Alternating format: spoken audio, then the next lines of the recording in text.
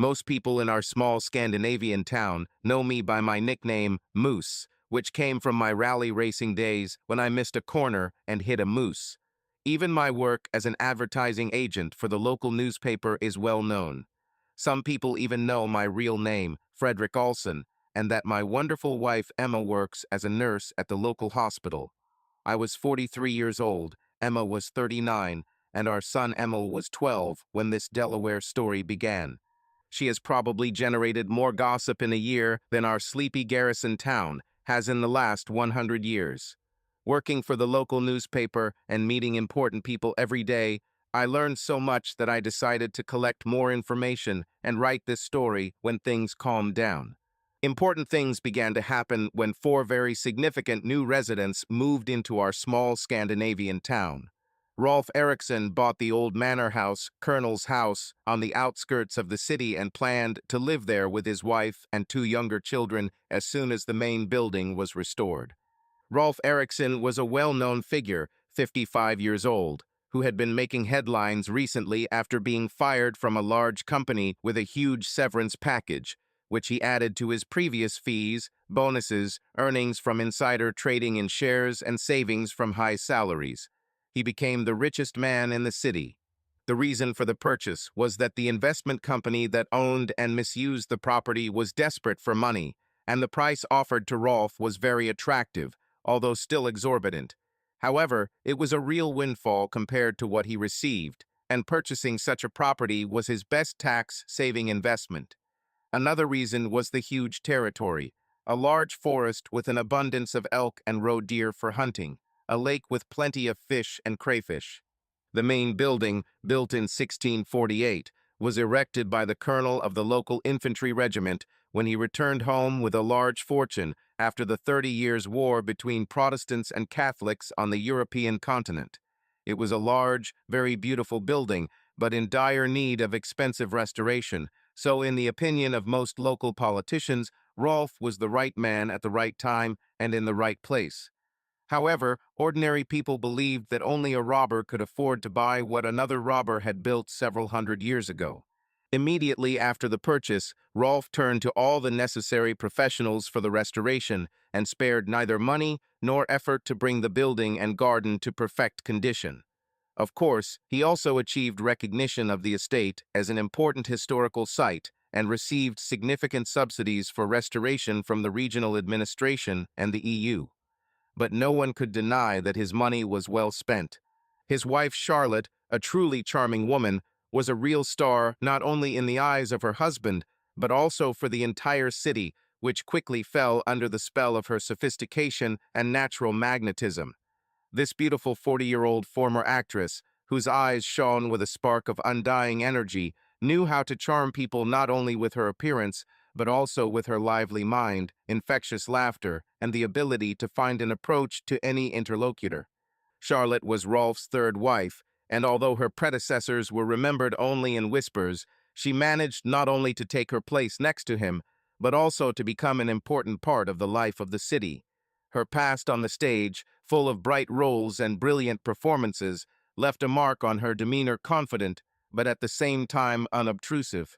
After the birth of their two children, Charlotte decided to end her career, focusing on her family and a new home, but her creative nature could not remain in the shadows.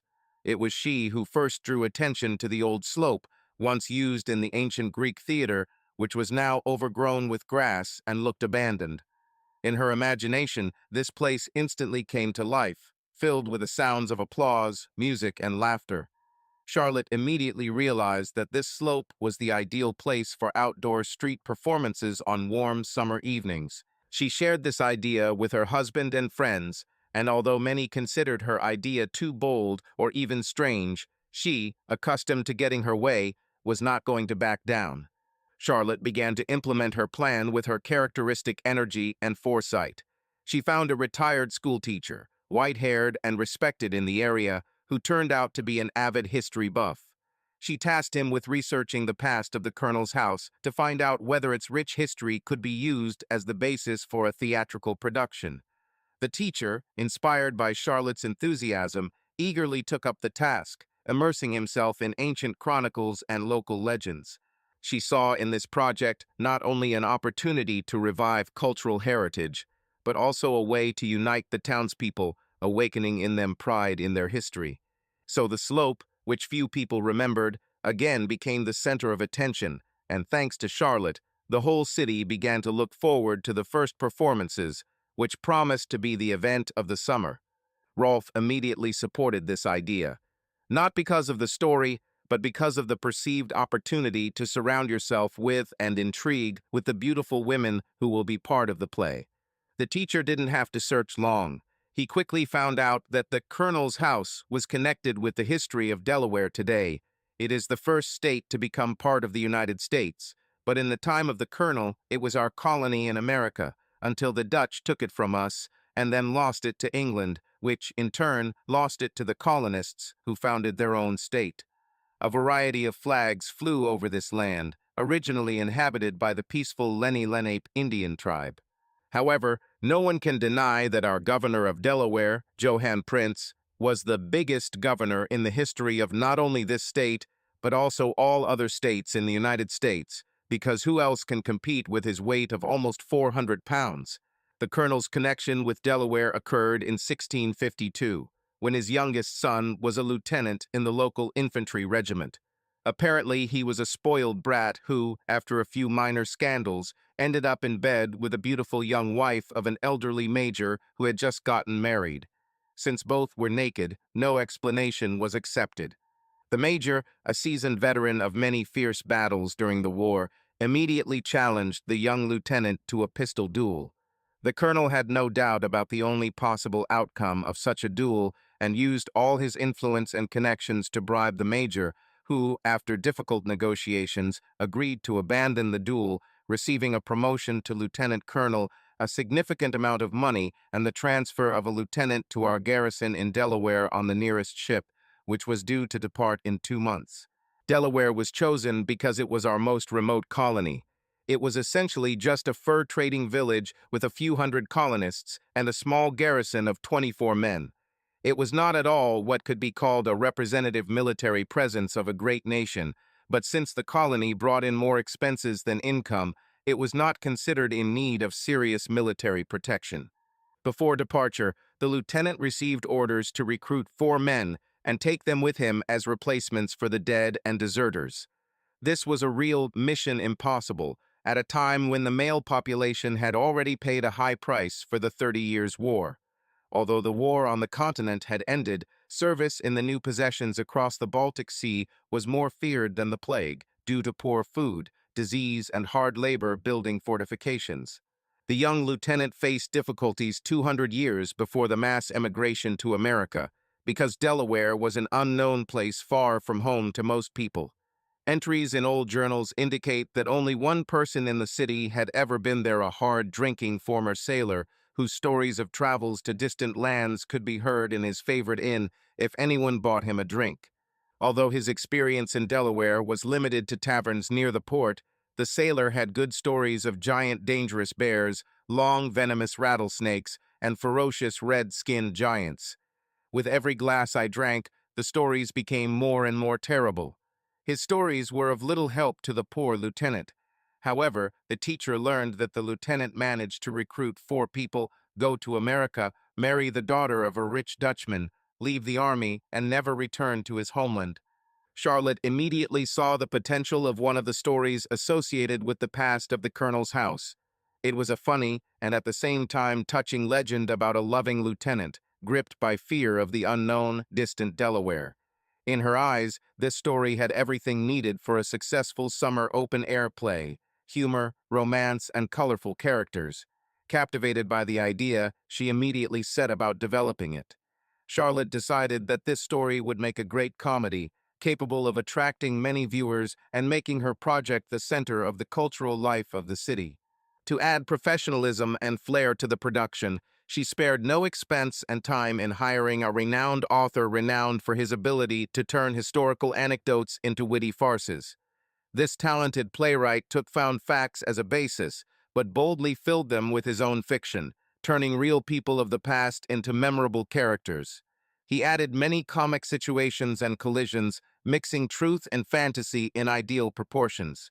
Thus, the play featured a confused lieutenant who rushes between his fears and love affairs, a major's flirtatious wife, whose character literally sparkled with comical misunderstandings, and a drunken sailor who, with his rude charm, became an involuntary catalyst of events.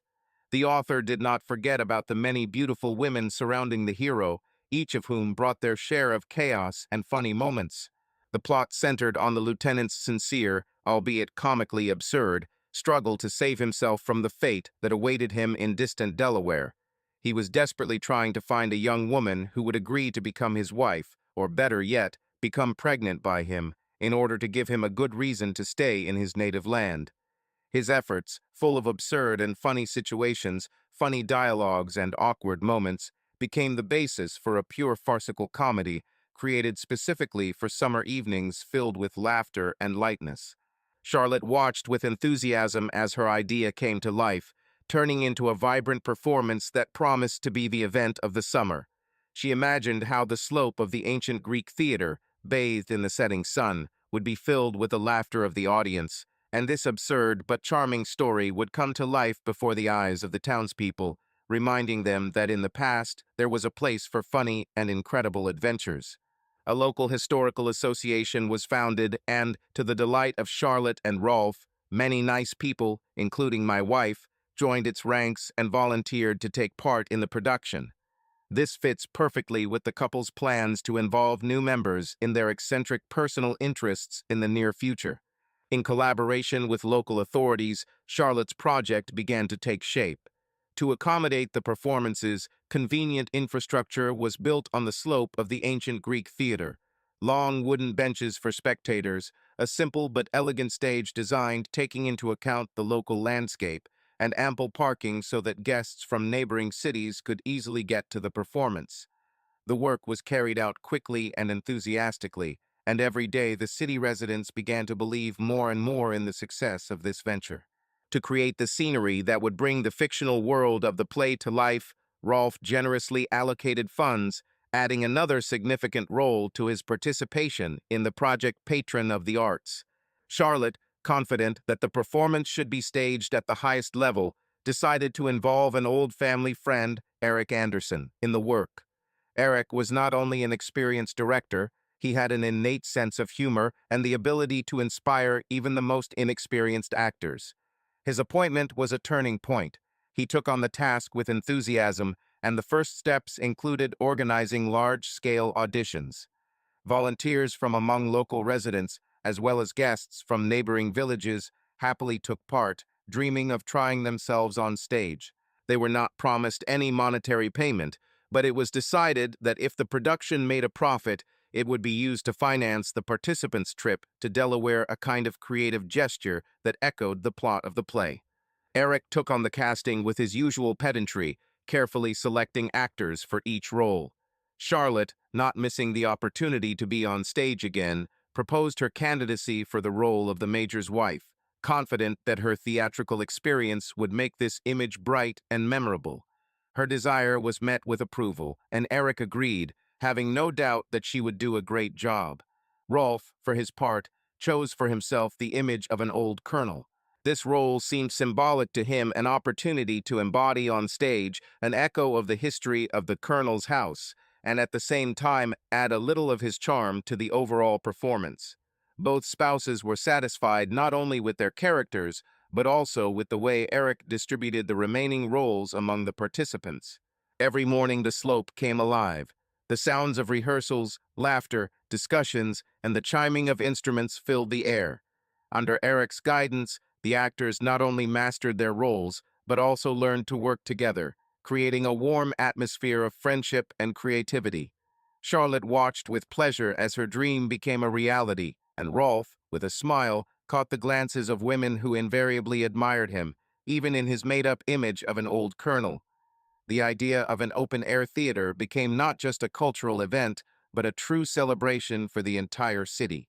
As a nurse, Emma was considered more useful behind the scenes than on stage, but since her help was infrequently needed, she also took on other administrative tasks. Charlotte was the big winner among the trio. The young man named Simon, whom Eric chose to play the role of the poor lieutenant, was a real junior lieutenant in the same regiment where the old colonel's son served more than 350 years ago.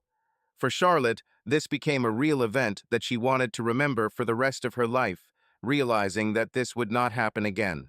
The play began with Charlotte and Simon lying almost completely naked in her bed when the major burst into the bedroom and dragged Charlotte out of bed, wearing only small flesh-colored panties. The only problem for her was that Simon was a little shy during rehearsals. As an experienced actress, she strived for perfection and persuaded Simon to do several private training sessions. One day, when Rolf was away on business, she brought Simon into the main bedroom of the manor for training.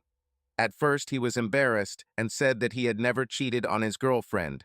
But Charlotte convinced him that actors must do extraordinary things to find the soul of the character they play on stage. She stated that ordinary people will never understand the secrets of actors' skills. Charlotte undressed and began to talk about what temptations the major's wife could give to the poor lieutenant. Obviously, even a modern officer found it difficult to resist such temptations because he also undressed on her orders. Charlotte was pleasantly surprised. After a few seconds, she pulled him into bed. Simon dreamed of a future career in the theater, so Charlotte promised to give him useful lessons throughout the summer. Charlotte quickly turned Simon into her boy toy, but Rolf and Eric also got a share of their theatrical pleasures. I learned that 4 other married members of the theater troupe were also having affairs. However, this was only the beginning of their adventures. Rolf's first target was Alice, a sexy 43-year-old divorcee who worked at the same newspaper as me. She agreed to take responsibility for the PR of the performance and coped with this task perfectly. Alice was a tough catch, but Rolf loved a challenge and finally got her after the PR planning dinner. Somehow, he managed to convince her to accept Eric as her second lover. Eric was a strange man. He was completely useless as a seducer, but after Rolf handed Alice over to him, she soon became involved in all sorts of things she hadn't even wanted to think about before. Nina, who held an important position behind the scenes, began an affair with Rolf. She was a very beautiful 45-year-old married woman who held a high position in a local bank and was therefore chosen to handle the theater's finances. Over dinner, she complained to Rolf that her 53-year-old husband had lost interest in sex and was no longer capable of intimacy. Rolf smiled and offered his help. This was his big mistake because the bank lady told the others to stay away from Rolf. No one wanted to risk a fight with the local bank. For Rolf, the expected parties with young actresses turned into boring sex twice a week with Nina and a little with Alice. The play was planned to be staged 4 times in June and 4 times in August. However, due to the full house, an additional screening had to be added in June. July is considered our main vacation month, so the production could not be staged at that time. Many of the participants were away. After the last performance in June, a barbecue was held at the Colonel's House estate, to which the spouses of the participants in the production were invited. It was a pleasant evening, and I must say that I didn't notice anything strange that caught my attention. A common joke among the cast was that the few seconds Charlotte's breasts became visible sold a ton of tickets. I watched the first of their performances and couldn't help but agree that it was a very sexy and realistic start to the show. The drunken sailor in the tavern caused a lot of laughs with his monologues, especially the one where he talked about the Spanish captain who missed India by a damn long distance. The idea to found a kind of secret society came to the mind of Rolf's old friend, Samuel, who was invited to spend a weekend in July at the estate. After dinner, sitting by the fireplace with a glass of whiskey, he himself suggested, "Why not start a secret society to play historical characters 24 hours a day on weekends and have little secret pleasures at the same time?" "We already have a historical society that deals with theater," Rolf answered. "Yes, but there are 500 spectators in the theater. But in my game, there are none at all, and we are directors who set the rules to suit our interests." "You mean the participants will obey our rules, all our rules?" "Yes, if the reward is large enough." Rolf immediately realized the enormous potential of Sam's proposal. After one bottle of the best whiskey and several hours of discussion, they founded 1,648 inches, a name that meant nothing to those not initiated. As with many other similar fraternities, no one could apply to join, and new members were carefully selected through the recommendations of at least two current members. Rolf and Sam took full control of the game as Colonel and Vicar. Both invested heavily in the project: period costumes, good wine, and a gold badge for community members. A close friend of Sam's was brought in to draw up secret terms and ceremonies, during which members swore an oath of obedience and secrecy. However, Rolf and Sam's plans remained known only to the two of them and had to remain so for now. The theater troupe had planned a bus tour for the last weekend in July to visit the castles built by the famous generals of the Colonel's time with funds raised abroad. Emma told me that they would leave early on Saturday morning, spend the night in a cozy old hotel, and return late on Sunday evening. The first piece of bad news I learned was when I visited an old racing friend, Michael Nolan, who was now a successful used car salesman and one of my best clients. I usually visited him once a week to place his advertisements and for the latest gossip, since Michael knew everything that was worth knowing in our city. That Friday, he literally punched me in the face, saying, "Do you know that Ronnie Hedman is now in this theater company? He says he's been flirting with Emma all spring.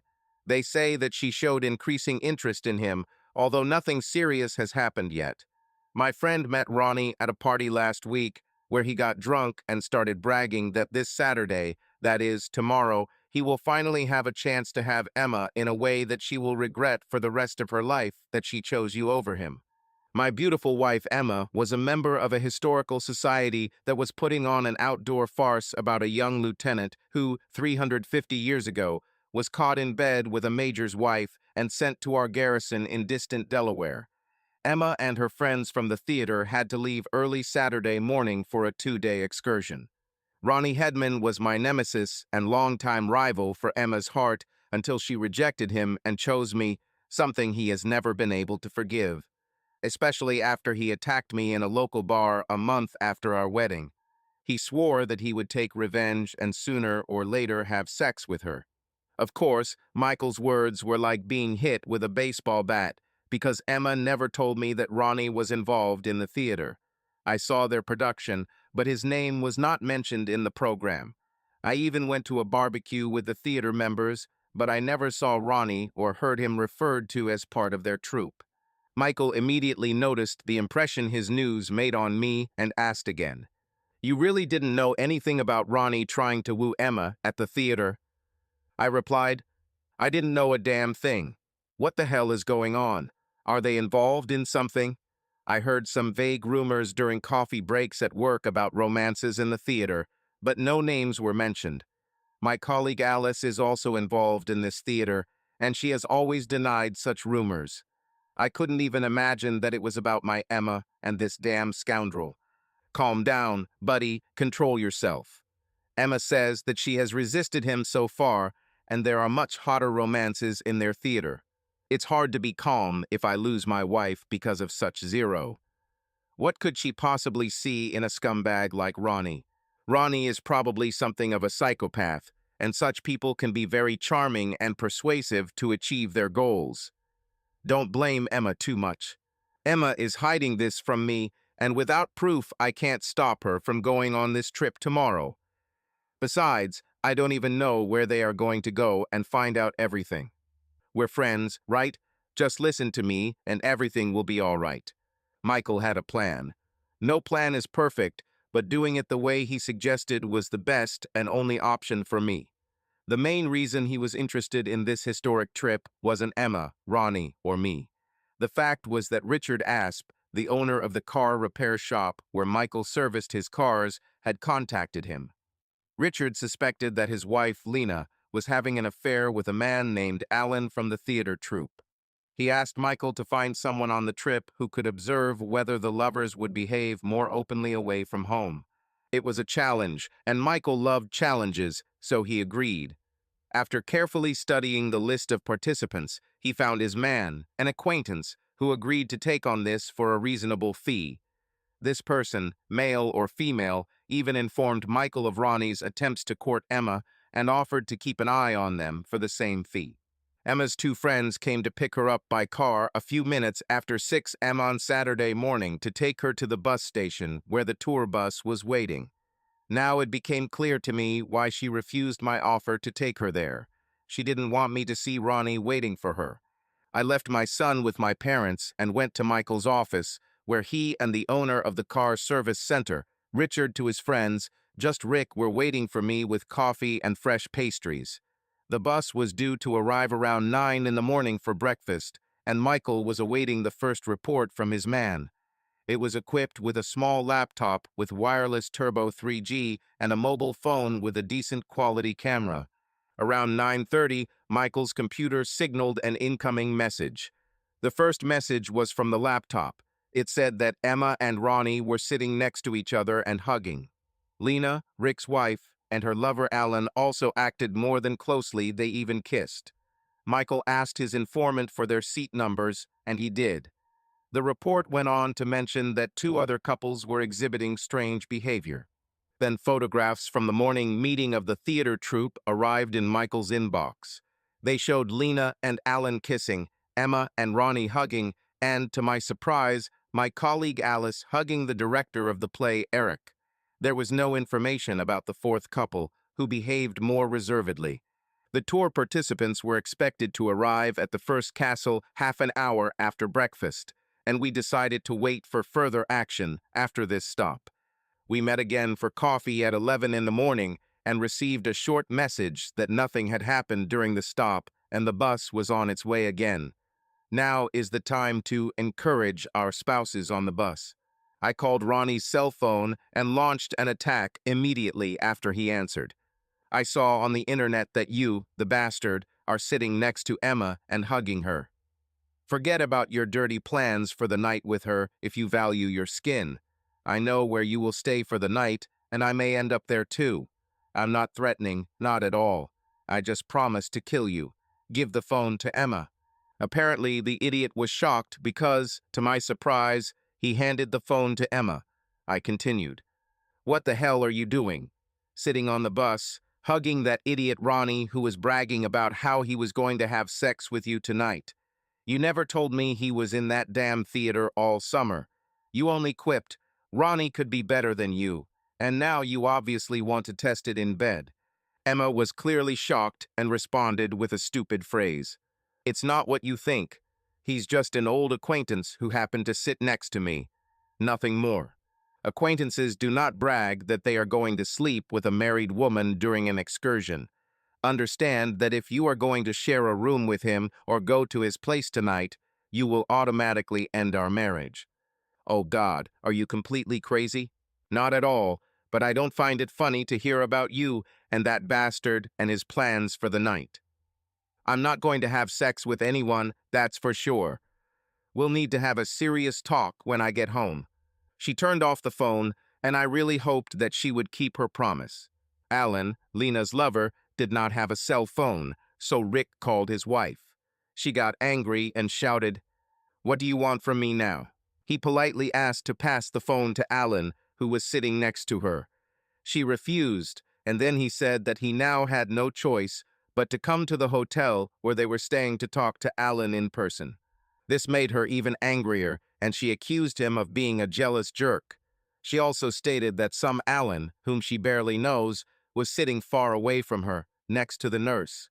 Rick replied that the bus was visible on the internet, and he could see Alan sitting next to her and them hugging. Before hanging up, he told her the number of their seats on the bus. Then I called Alice, who worked with me at the same newspaper. She answered after a long ring. Alice. Hello, Alice. This is Moose. Please listen to me. I have a great offer that could make us both some money. I realize that your bus is a hotspot where many infidelities are being planned for tonight. I already know about several affairs in your historical society, and I'm sure there will be many more. You know Rolf's reputation over the summer. He was involved in something shady. Now you can see my wife, Emma, sitting next to that creepy Ronnie Hedman, who's been bragging about getting the green light to sleep with her tonight. If she goes through with it, My marriage will be ruined, and your society will pay dearly for it. We can sell this whole dirty story about your sex theater for a good price and split the profits in half if you provide me with inside information." At that time, I did not know that Alice was sleeping with both Rolf and Eric, and perhaps my proposal to create a nationwide scandal around their historical society horrified her. She replied, "You must understand that our newspaper will never print a word about this." Of course, I know that, but there are others who will willingly pay good money. I have connections. Our names will not be mentioned. Many people volunteered to work on this show, which gives the city an excellent reputation. Why the hell do you want to destroy everything they created? Because your damn sex society will ruin my marriage and destroy my son's house if my wife sleeps with that disgusting Ronnie tonight, as he boasts. Calm down, for God's sake. I'll make her give up these stupid ideas. I promise to call you later. A minute later, Michael received a text message. Ronnie got angry, screams about a hidden webcam. He is looking for her and has destroyed several things on the bus. A few seconds later, a new message arrived. Alice talks to Emma, who is crying. Rick received an angry call from his wife, who screamed, "I know you're involved in this damn mess, and you can be sure that you'll pay for it."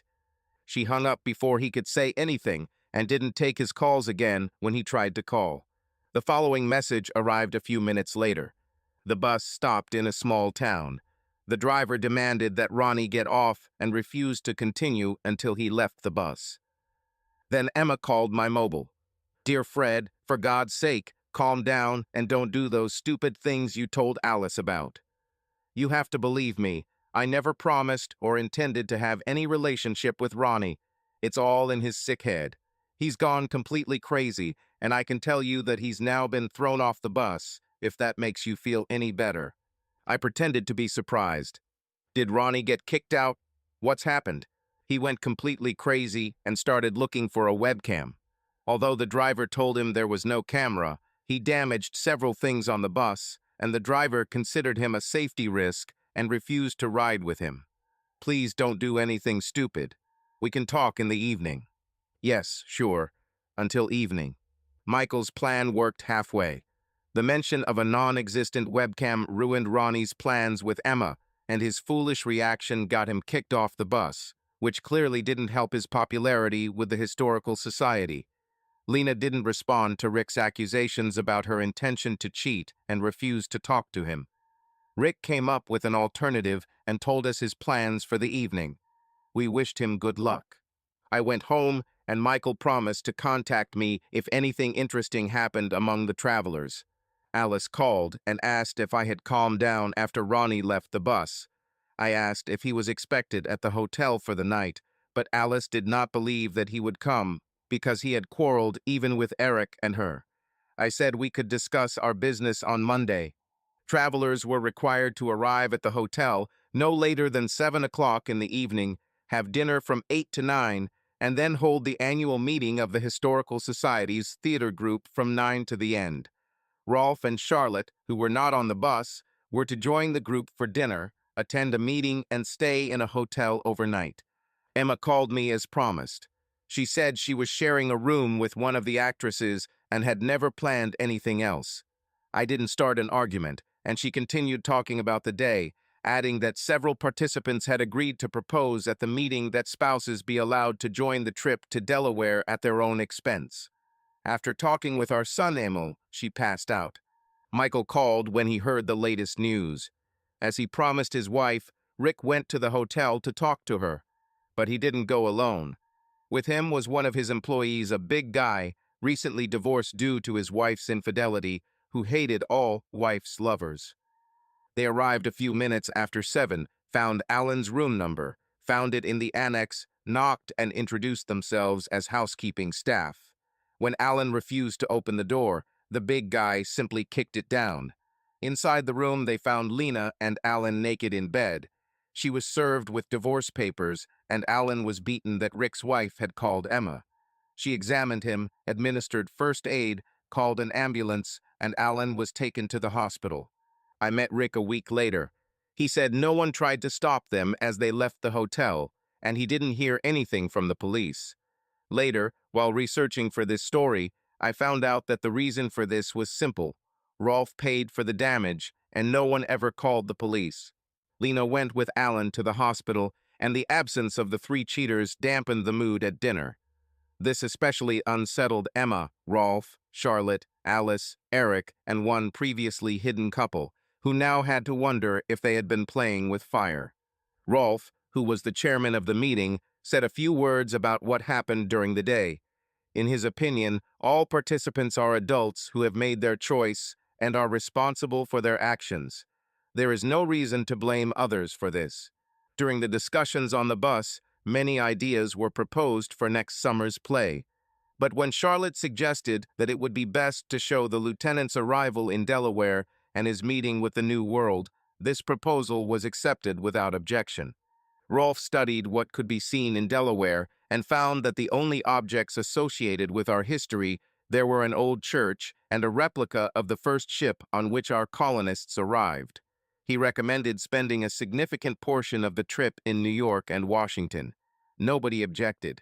Emma's proposal that the couple could go on the trip at their own expense was immediately approved.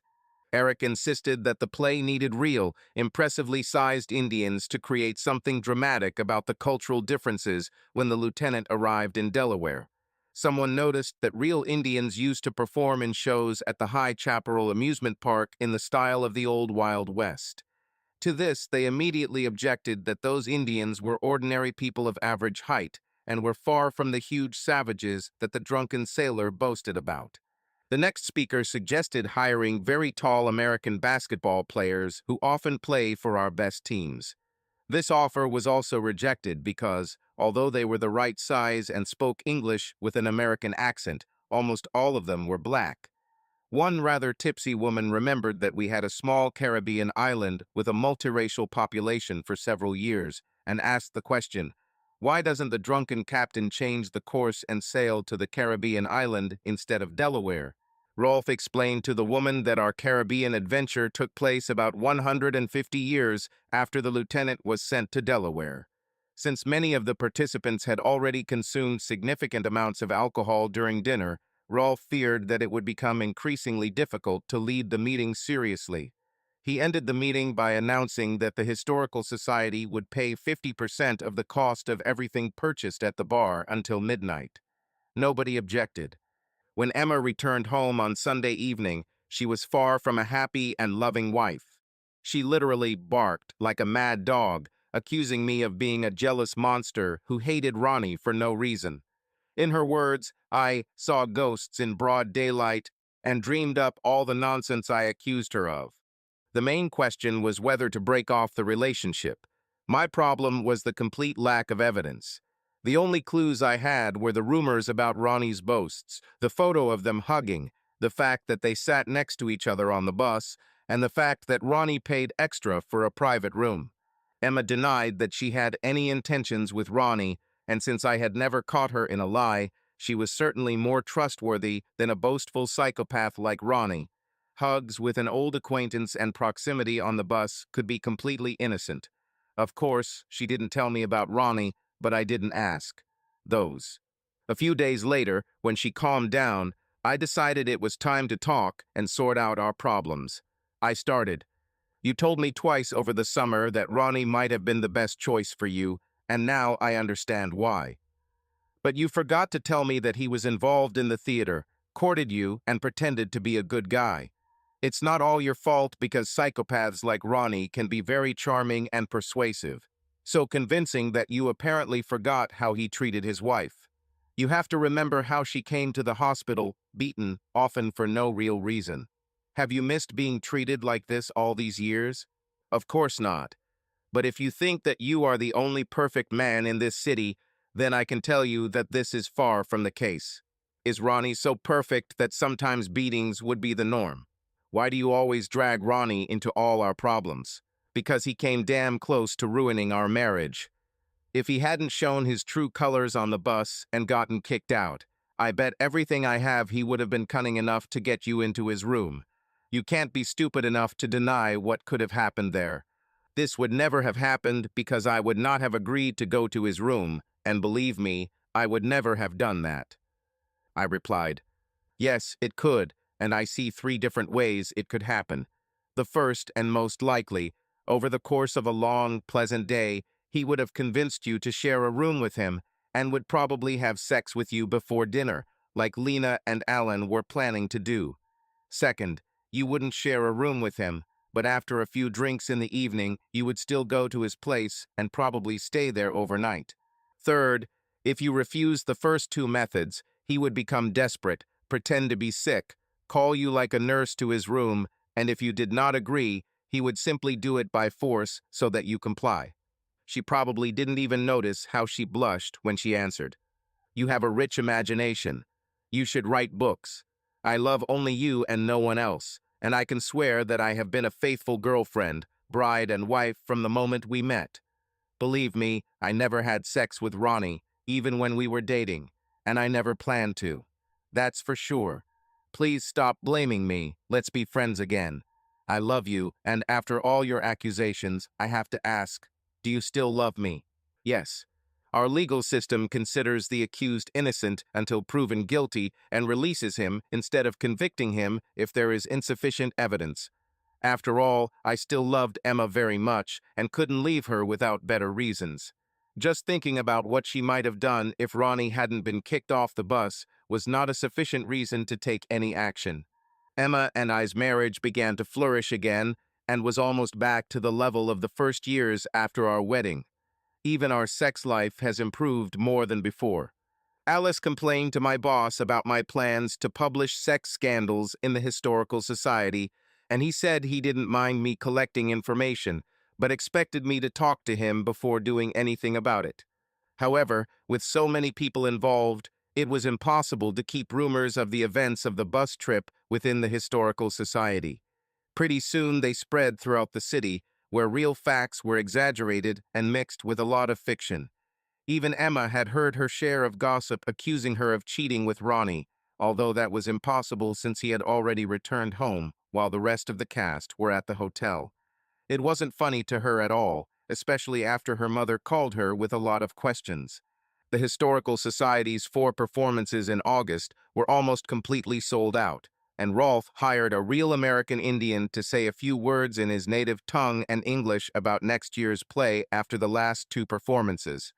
This was very well received by the public, and Alice arranged for him to have several other PR events, a half-page interview in our local newspaper, 5 minutes on the local TV channel, and many advertising appearances in leading stores in the city.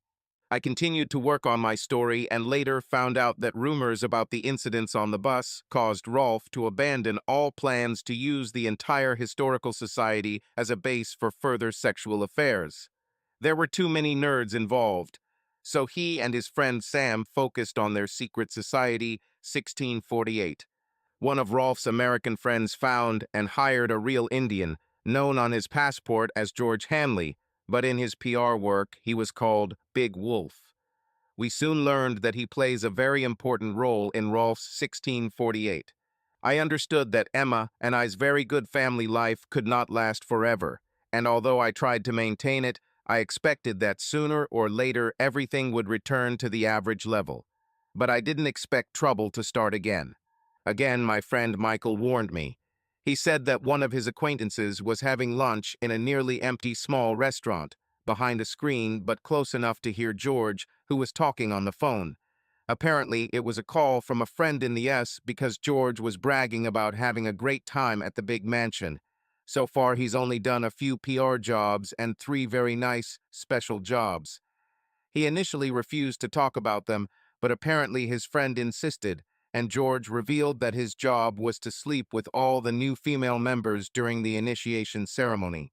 He laughed at the damn fool who paid him to do something he would do for free or even pay for it himself. The following Thursday, Michael called me and asked if Emma had told me about her lunch with Rolf Eriksson on Wednesday. She didn't tell me, and the alarm bells started ringing in my head again. I was not going to waste time, and on Thursday evening, during our conversation about various little things, I asked her how her week had been and if she had heard or done anything unusual. I noticed that she hesitated for a second before answering. No, nothing. Just a boring routine. Since when did it become a chore for you to have lunch with bloody Rolf Erickson? I thought you usually had lunch at the hospital. I noticed that she blushed slightly when she answered. Yes, I have lunch there, but apparently rumors have already spread. If you want to know, it was just lunch and I didn't have sex with him. That's not what I asked. I want to know how long and how often have you been having lunch with Rolf, and has it become a routine for you? It was the first time. Why did he invite you? What does he want from you, and why didn't you tell me about it? This cunning bastard does nothing without benefiting himself. I was going to talk about his proposal tomorrow evening when I decide what to do with it. Right now, I really don't know anything. What the hell is the story? Nothing strange. He simply invited me to join a new history club with a limited number of members. The only problem is that club members spend 10 weekends a year playing the role of people from the 1650s or traveling to interesting historical sites, both at home and abroad. I heard about this sect. It's a cult of sorts where all new female members are required to sleep with the Indian Rolfa at the initiation ceremony. Did Rolf tell you about this?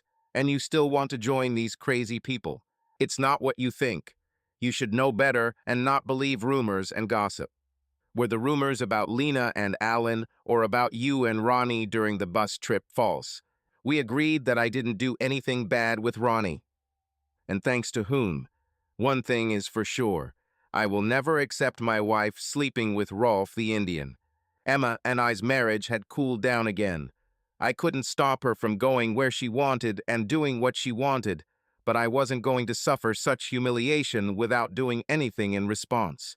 I called Michael and told him that Emma was invited to the Colonel's estate on Saturday evening around 6 o'clock.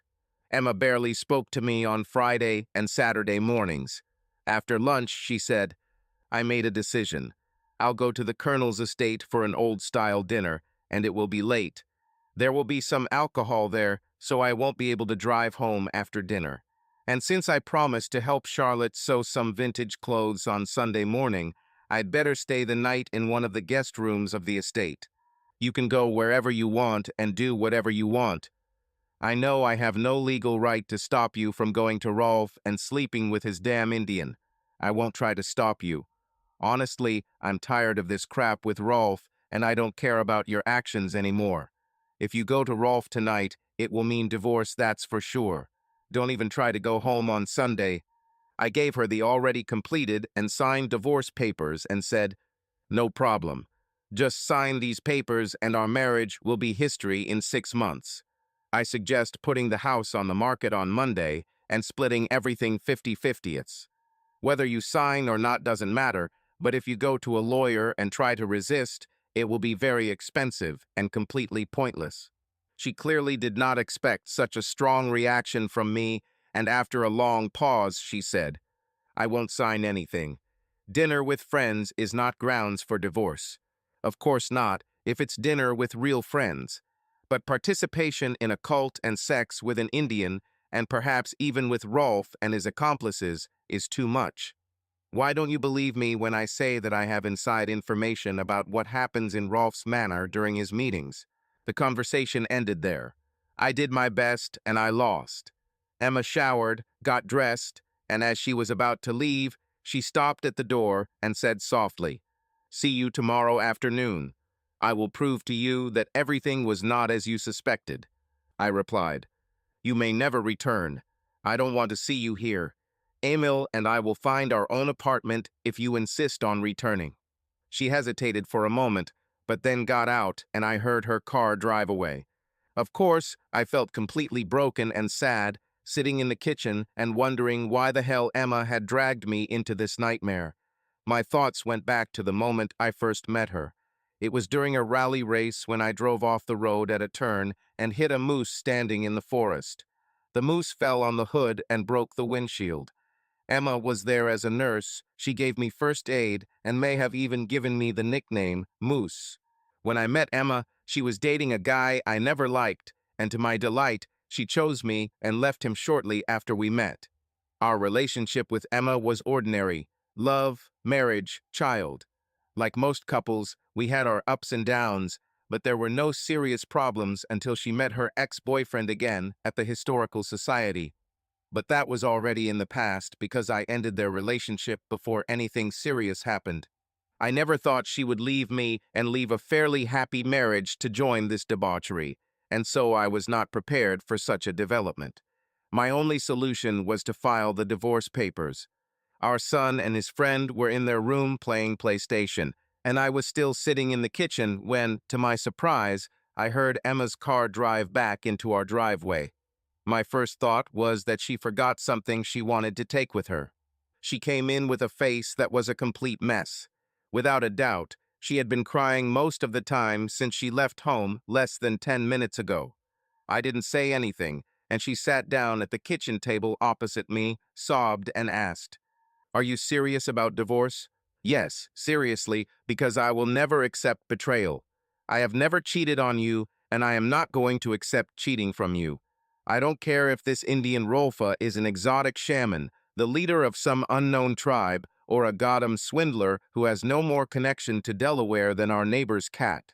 Sex with this bastard is cheating, and cheating means divorce. Dot. I'm not going anywhere. I promise to stay home forever. Are you happy with this? So, in your world, there are now only two options.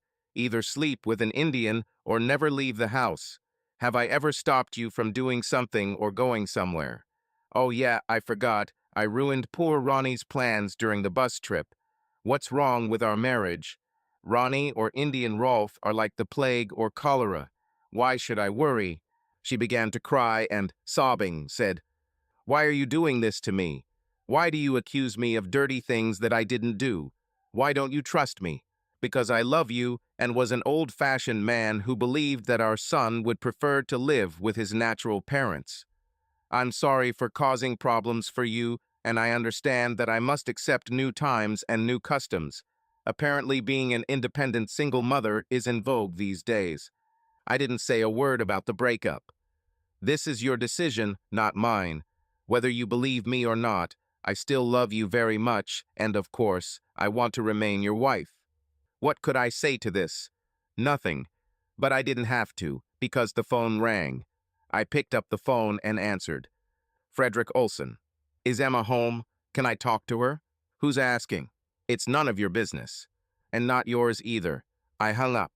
A few seconds later, the phone rang again, and I answered again. Frederick Olson.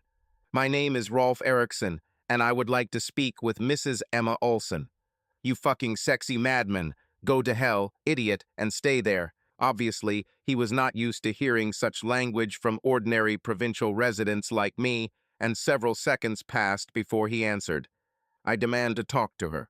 "You are in no position to demand anything. Like I said, go to hell and stay there." Emma looked at me with a very surprised expression on her face when I hung up.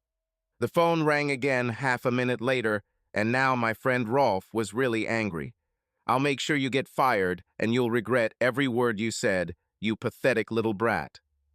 Prepare for sex with a Scindian instead of threatening decent people." Now Emma asked, "How dare you talk to Rolf like that?" "Why not? He's an asshole, and he deserves it." Rolf's last call could only mean a declaration of war between him and me. I didn't care, and I had no reason to be afraid of him.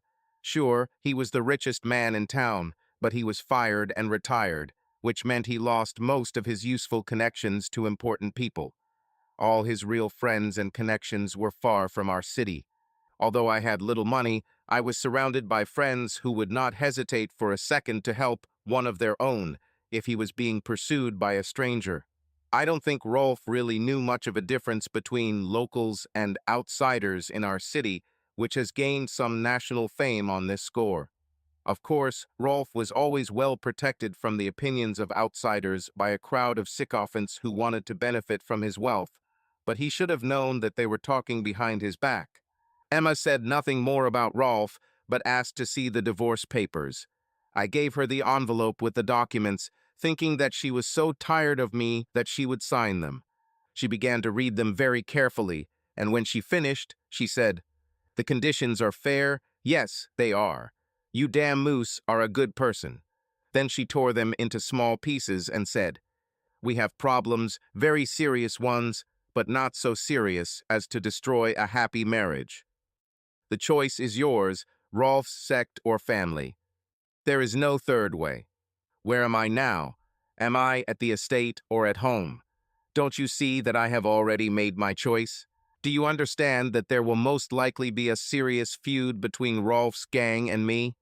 I hope the locals support me, but that means you'll probably have to give up his damn historical society and trip to Delaware if you choose my side.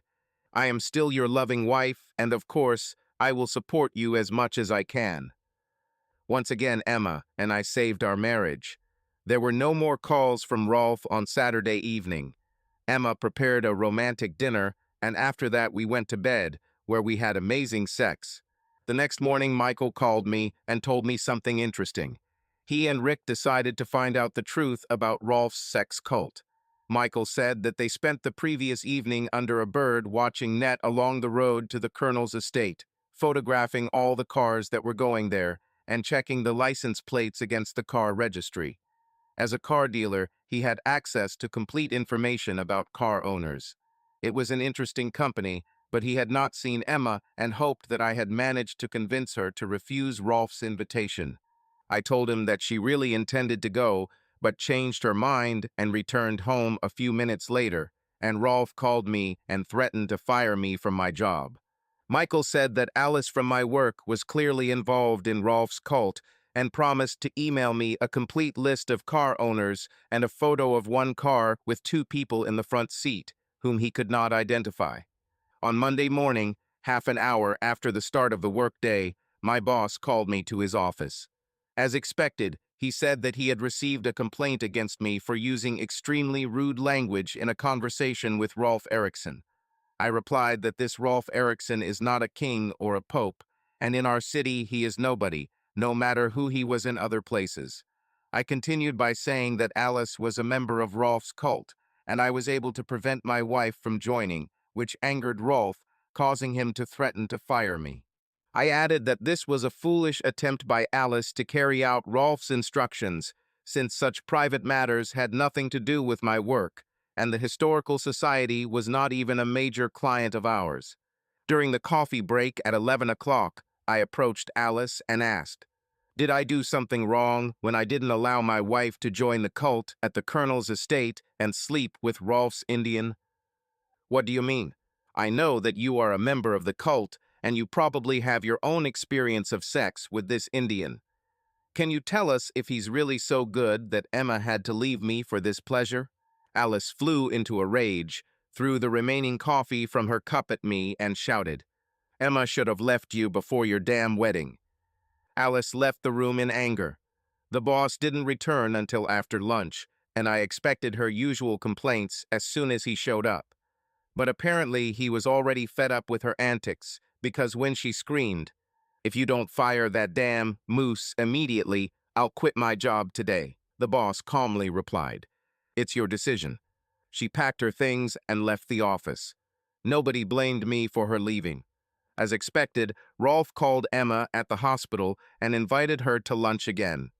This time she replied, "No, thank you," and told him that I don't want her to join his club, and her family is more important to her than any club in the world. Rolf said he understood and accepted her decision, but that wasn't the reason for his invitation. When she asked what it was about, he revealed that he had promised his elderly mother he would take her on a Nile cruise in Egypt. His mother had health problems, so Rolf decided to hire a nurse to accompany them on the trip. He offered the job to Emma, promising to cover all travel expenses and pay her double her salary for the time she missed from work. The plane and cruise tickets were first class. Emma again refused, but suggested that he place a notice on the notice board in the hospital restaurant and even agreed to write it and hang it up. When she returned home and told me about the call, Emma said she didn't hesitate for a second to say no, and I had no reason not to believe her. I could only agree with her words that no people are 100% bad, not even people like Rolf, despite everything I thought about him. There were many reasons to believe that Rolf's main purpose in this matter was to take care of his mother. Of course, he wouldn't mind seducing a cute married nurse as a nice bonus during the trip, which would probably be easier to do away from home and a suspicious husband. One thing was clear. Rolf had not turned into a saint because his next stupid and completely pointless step was to persuade his mistress Nina, who was in charge of loans at the local savings bank, to cancel my loan. The letter gave me 10 days to repay it. Since our house was worth at least 3 times the loan amount, it took Emma and me less than half an hour to transfer our accounts and loan to one of the national banks in a nearby town 30 kilometers away. Nina's husband and all the other wives of those who were at the colonel's estate on Saturday evening received a letter saying that the 1648 Club was a cult and the Indian had slept with all its female members. Members of the Savings Bank's board of directors also received a letter signed by 4 local businessmen who wanted to know whether it was their bank's normal policy to use their positions of power for personal vendettas, as Nina did when she denied me a loan for not allowing my wife to join, into a dubious sect of which she herself was a member. Rolf submitted an application and received financial support from the regional administration for the restoration of the estate. Now 2 inspectors have carried out an inspection and found that he complied with all the requirements except for the expensive dock for 2 motorboats, which he built without permission. Rolf was given 30 days to demolish it, after which he had to apply for permits to build a new period-style pier. Although such matters would be a serious financial problem for ordinary people, for Rolf these expenses were pennies, so money was not the main reason for his rage and stupid actions. He felt humiliated and threatened all local and regional authorities involved with legal proceedings. When that didn't work, he hired an expensive lawyer who could only tell him to calm down. One rainy and dark evening, when the Indian left the pub after a few beers, 2 large men dragged him onto the porch. They explained that the next time he slept with a married or busy woman in this city, his dignity would be cut off. They then checked his mobile phone and wallet to determine his identity and connections to friends and family back home. The Indian realized that these people would soon learn the truth that he was not a member of the Lenni Lenape tribe of Delaware and had never been to Delaware or Oklahoma, where the tribe arrived around 1867 after 130 years of wandering. He told the gardener at the manor that he didn't particularly care that his pleasant stay and lazy days as Rolf's guest as Big Wolf at the colonel's manor were coming to an end because he was already starting to get tired of it. He left our town a few days after the pub incident. Nina faced serious problems at a meeting of the bank's board of directors. The chairman demanded that she write me a letter of apology for the humiliation my family and I suffered in her previous letter.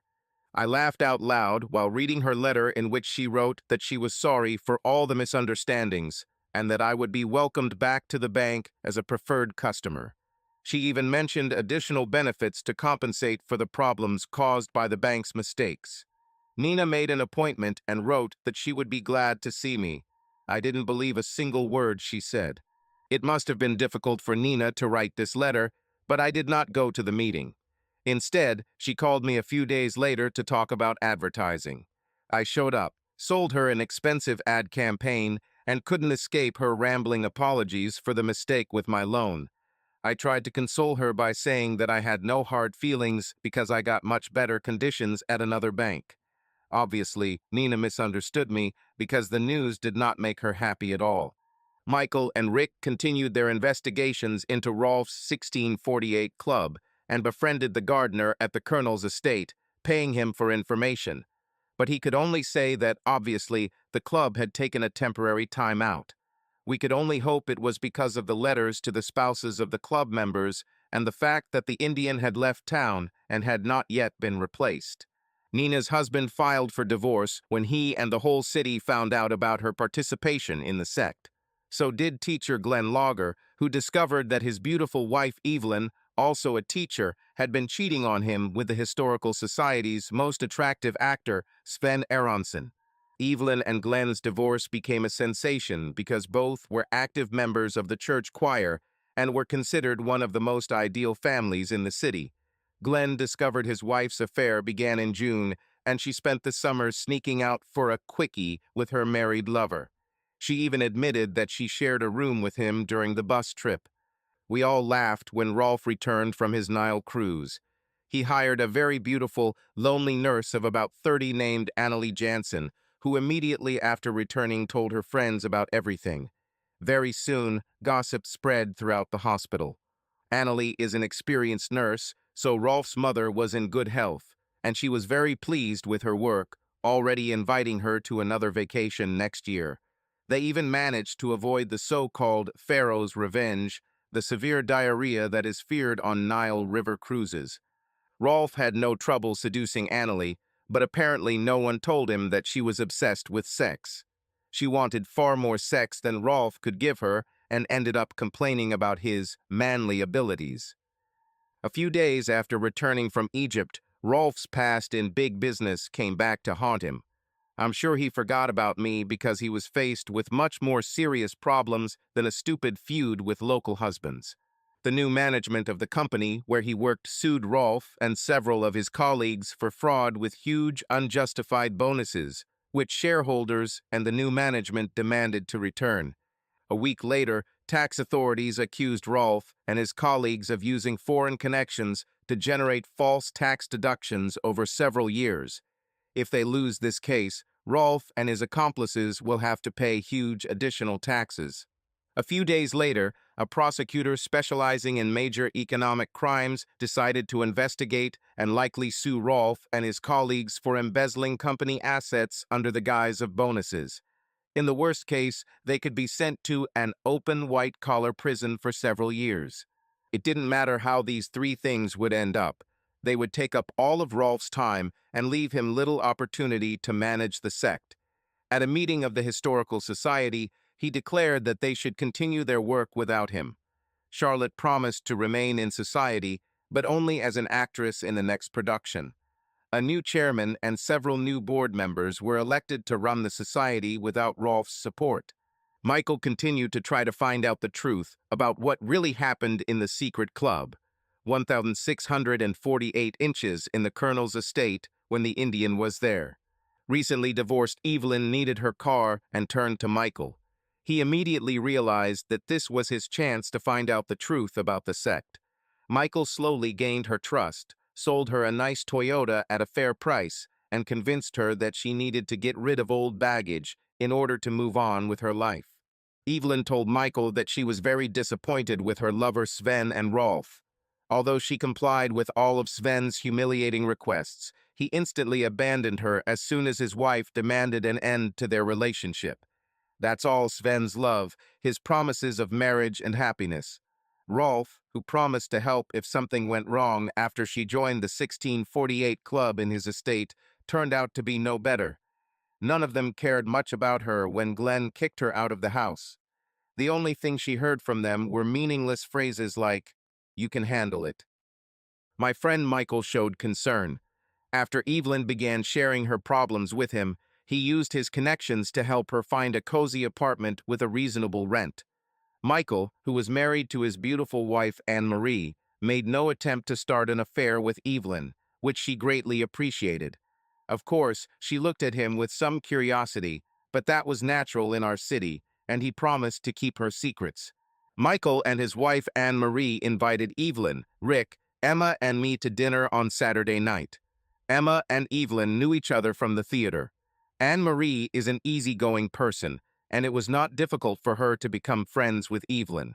It was a pleasant evening, and after some small talk about the theater and the Historical Society, Evelyn asked if we would like to hear her story directly from her, to get the truth and not the rumors and gossip. Emma said, "Tell us, please." And Evelyn began. Far from living up to his reputation, Glenn was far from an ideal husband during the last year of their marriage. Although Evelyn was a very attractive woman, he practically reduced their sex life to zero. At some point, he had developed a strange religious idea that sex was a sin, and the only reason he agreed to have a quickie with Evelyn was because he considered self-pleasure a greater sin than that. An experienced and attractive seducer like Sven immediately realized that Evelyn was an easy prey, just waiting to be conquered. A few innocent hugs during rehearsals convinced him that she would reward him for his participation in the production. It started with hugs and kisses, then ended with sex during extra rehearsals at the cottage of one of Sven's friends. Evelyn really needed this, and Sven was a skilled lover who showed her something she had never experienced with Glenn.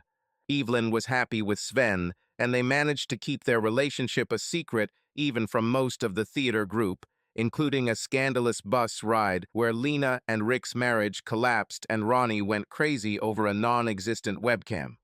No one noticed that she spent the night in the same room with Sven. After the third production in August, she and Sven received an invitation from Rolf to join the secret club, wanting 648 inches at the manor. Sven became a member a week early through some secret ceremony that he didn't say anything about. The only thing he said was that women go through a completely different ceremony. Evelyn was invited to dinner on Saturday evening at the Colonel's estate. All the guests were dressed in ancient clothes, reminiscent of the times of the Colonel. She wore a simple white dress that fastened the front with just 4 buttons, vintage underwear, but no bra. The dinner was delicious, and the expensive, high-quality wine put everyone in a joyful mood. After dinner, Rolf told her about the benefits of membership, asked if she wanted to join and follow the club's rules, promised to keep their secrets, and convinced her that her actions at club meetings were just a game with no connection to her real life. When he asked if she understood all this and was ready to undergo the initiation ceremony, she replied, "Yes, she's ready." Rolf led her to a large, almost dark room in the basement, with simple benches made of logs at one end and a platform about 30 centimeters high at the other. The platform was made of thin spruce beams, measuring about 120 by 200 centimeters and covered with bare skin. This part of the room was illuminated by burning torches around the platform. Rolf told her to sit on the skin and left. Now she could not see the benches in the dark part of the room. Suddenly, she heard some kind of drum rhythm. The sounds came from hidden speakers under the platform.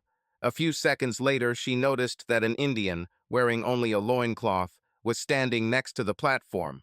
He had a large feather in his hair and red and blue circles and stripes on his chest and face. He started singing something in his native language. It was a surreal sight to see an Indian decked out for war in the torchlight. Evelyn continued her story by saying that after standing a short time next to the platform, the Indian sat down on the skin next to her. "Now you belong to all the people of Delaware."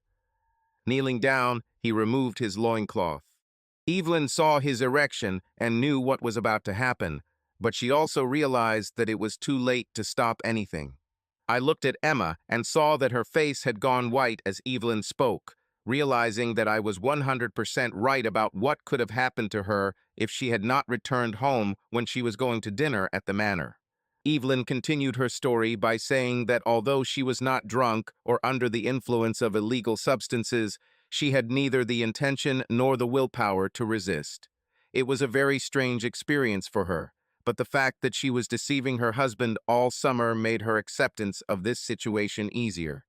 When the Indian stood up from the platform, he told her that the Duke wanted to see her and ordered her to follow him. They entered a small room lit by a candle. The only furniture in the room was a large wooden chair in which Rolf sat, dressed as a nobleman, probably from 1648. There was a pillow on the floor in front of the chair. Rolf told her to take off her unbuttoned dress. He said that she was now his servant and must obey whatever he commanded her. Her first duty was to show her submission. Evelyn did as she was told, and then Rolf announced that he had decided to give her first night at the manor as a reward to the man who had served the club well the previous week. He then told her to leave the dress on the floor and return to the platform. Evelyn noticed that the platform was now much darker, with only one torch burning. There was now a pillow and blanket on the platform. She lay down again on the bearskin, now under the blanket. A few minutes later, a man she had only seen at dinner approached the platform. He introduced himself as Samuel and said that he received a night with her as a reward from the Count. Evelyn looked at Emma, who had turned pale, and said, "You really made the right choice when you used your brains and returned home instead of coming to the Colonel's estate and becoming a toy for these crazy people." She then continued by describing the commotion Emma had caused at the manor by not attending the dedication ceremony. Rolf forgot that telephones were very rare in 1648 and became increasingly irritated after each call to me. Even Samuel, who was again rewarded with the first night with a new member, became furious and began to blame Rolf for the confusion. Sven, who was still angry with Samuel after he spoke rudely about Evelyn, hit him. The meeting turned into complete chaos until Charlotte stopped it by shouting loudly in her theatrical voice, "Break. We need to take a break and put an end to this meeting. Everyone will receive a personal call about the next meeting." Evelyn continued, saying that they did as Charlotte suggested, and most of the 1648 club members left the manor as soon as they changed into their regular clothes. The break continues to this day, as the spouses of the club members found out what was happening in the estate. Rolf then went on holiday to Egypt and was now in trouble with his former job and the authorities over huge bonuses. Evelyn looked at Emma again and said, "I have to say that you will never regret choosing your marriage instead of letting these damn crazy people use you as their prostitute." Then she looked at me and said, "You are the first real man in this damn city who dared to tell the truth to Rolf. I can swear to God and to all of you that I would never cheat on my ex-husband Glenn with Sven or anyone else if he was like you. That's for sure."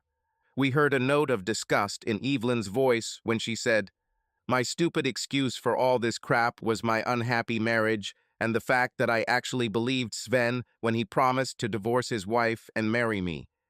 But I can't understand how an intelligent woman in a happy marriage like you and Emma could be interested in these damn crazy people." Emma began to cry and, sobbing, told me, "I want to go home. Take me home, please." I took her, and we said goodbye. Evelyn and Rick did the same. Emma cried all the way home, and at home she sobbed and said how ashamed she was of her stupidity and the fact that it almost destroyed our marriage. She sobbed and swore that Rolf never mentioned sex, but only invited her to dinner.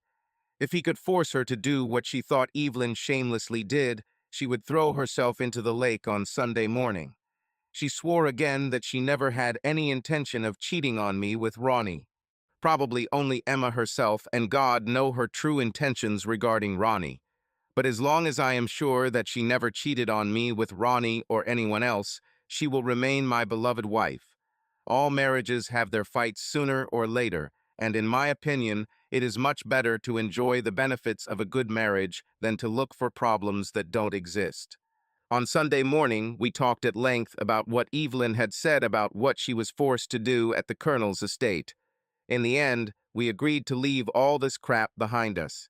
Then Emma asked me, "Why is Michael so interested in the Historical Society and Rolf's secret club, 1648? Because it's his hobby. Some people collect stamps, coins, or anything else they find interesting. Michael collects all kinds of local information. Some call it gossip, but for him it is a very profitable hobby because most people are nosy. Many people come to his office for gossip, and while Michael keeps them, he sometimes sells a car to those who just came to listen. And quite a lot of cars. Sven's wife left him 3 weeks after the dinner at Michael's, and he tried to win Evelyn back, but she preferred Rick, whom she met at the dinner. 3 months later, she and Rick were already living together. Rolf, Alice, Nina, Lena, Sven, Simon, Ronnie, Eric, Alan, and 3 others left the Historical Society in the fall, and serious people took their place. They even invited me to join to do their marketing. I had my doubts, but Emma convinced me to agree. The writer has done well in creating a new play about the arrival of a lieutenant in the New World in Delaware. One of the girls from the Historical Society discovered rumors that the indigenous people of northern Scandinavia, the Laplanders, may be somehow related to the North American Indians. After advertising, we found several of them who lived within a reasonable distance from our city and were interested in participating in the production. Of course, they are far from the huge savages that the drunken sailor talked about in last year's play, but who cares? The theater group's trip to Delaware was very successful. Now that the most unsavory characters had left the group, both Emma and I thought we could join their company.